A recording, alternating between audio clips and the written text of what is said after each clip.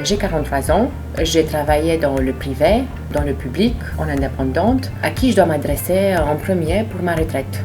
Moi, j'ai été infirmier toute ma vie, mais sous plusieurs statuts. Ma retraite risque d'être faite de petits bouts, alors que j'ai toujours fait le même métier.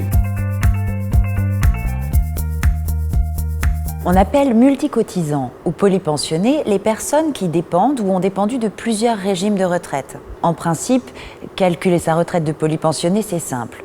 On additionne les différentes pensions des régimes auxquels on a été affilié. C'est d'autant plus facile qu'aujourd'hui, les règles d'âge et de durée d'assurance sont devenues les mêmes dans la plupart des régimes. Alors moi j'étais fonctionnaire, salarié puis chef d'entreprise. J'ai donc cotisé à 3 régimes différents. Celui de la fonction publique, le régime général des salariés et le régime des indépendants. Comme je suis née en 1955, je pourrais donc prendre ma retraite à 62 ans.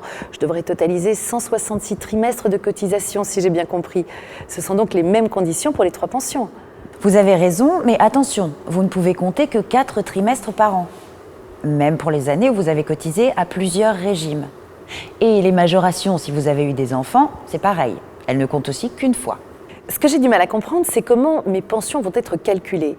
Alors, pour celles de fonctionnaires, normalement, c'est sur le salaire de mes 6 derniers mois en tant que fonctionnaire, ça je sais. Mais pour salariés et entrepreneurs, on fait comment? Puisque dans les 2 cas, pour calculer la pension, on est censé faire la moyenne des 25 meilleures années. Alors, le régime général des salariés et le régime des indépendants sont ce qu'on appelle des régimes alignés.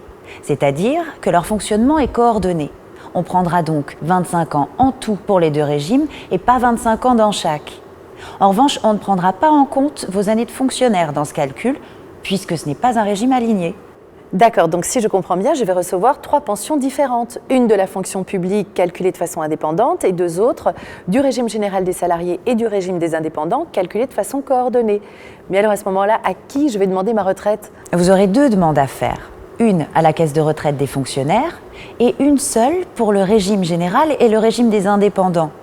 Contactez le dernier dont vous avez dépendu et il fera le lien avec l'autre. Le système s'est beaucoup simplifié, mais il ne faut pas hésiter à s'informer pour prendre ses dispositions, notamment sur le site laretraiteenclair.fr.